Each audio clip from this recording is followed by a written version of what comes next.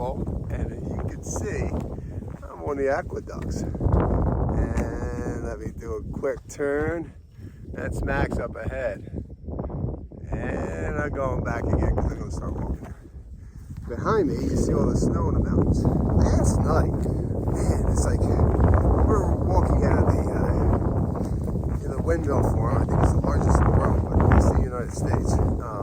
But it was incredible camping, walking underneath those things. And you see the energy makers out there. So it makes me think about the energy makers of the people that are through hiking.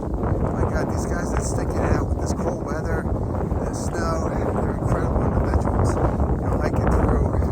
A couple tried to go over Bear, friends of ours. They're heading up here north, and they're going to start hiking south. It's just unpassable with all that snow.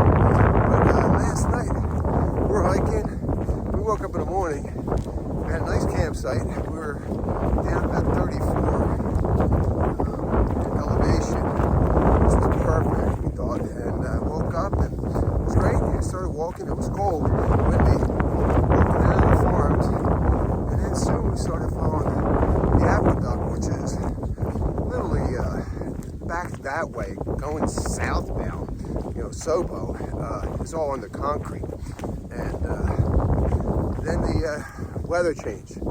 Cold, windy, walking right into the cold, wet, windy rain, about 40 degrees. We found this dune, and we ended up camping on the other side of it to block the wind. It stopped raining for about a half hour, and that made all the difference in the world. So I'm going to make sure you can see the view though. But that made all the difference in the world. It's totally awesome. So yeah, energy makers are the hikers, and we get to see them, the big fans too. And anyway. But now we're on the aqueduct, and it's just like, it's kind of weird. I didn't expect to see this for weeks, and it's so freaking cold. I woke up this morning, my tent was frozen over the top, ice all over it. It's cold inside, not too bad. I got a little bivy, survival outdoors, something that's orange and REI. What a difference! I get my from the moisture that was dripping off my sleeping bag. So I really like that. I used that a couple of nights in a row with this bad weather. So this morning was, it was cold, but we're dry. And it was raining here as we're headed towards town, to Hikertown. But right now, it's not. So taking things like a loose jacket, it's kind of nice. Just keeping life simple, flowing along. I'm spending a lot of time with Max, which when you walk on the aqueduct, you can walk side by side. It's almost like road walking. And it's like, getting to know this future doctor, German doctor. He's in med school, which is kind of cool. And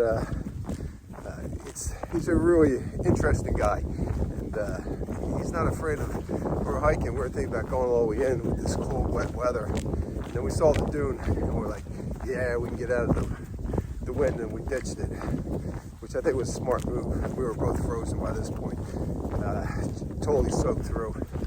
But yeah, you get hail in your face for about 3 hours. You start getting tired of walking, but that's where we're at. We're cruising here. I'm just walking on top of this water that's heading to LA. It's kind of good. Keep the flow going. But I'm going to show you a little bit what I'm seeing. The Joshua trees are starting to get their blooms, which is, oh my God, I've wanted to see that all my life. And as you can see, there's worse places to be in the world than on top of an aqueduct, which is where I'm headed now. Life is good, and you know the routine. Life is good. If you're not jealous, you should be.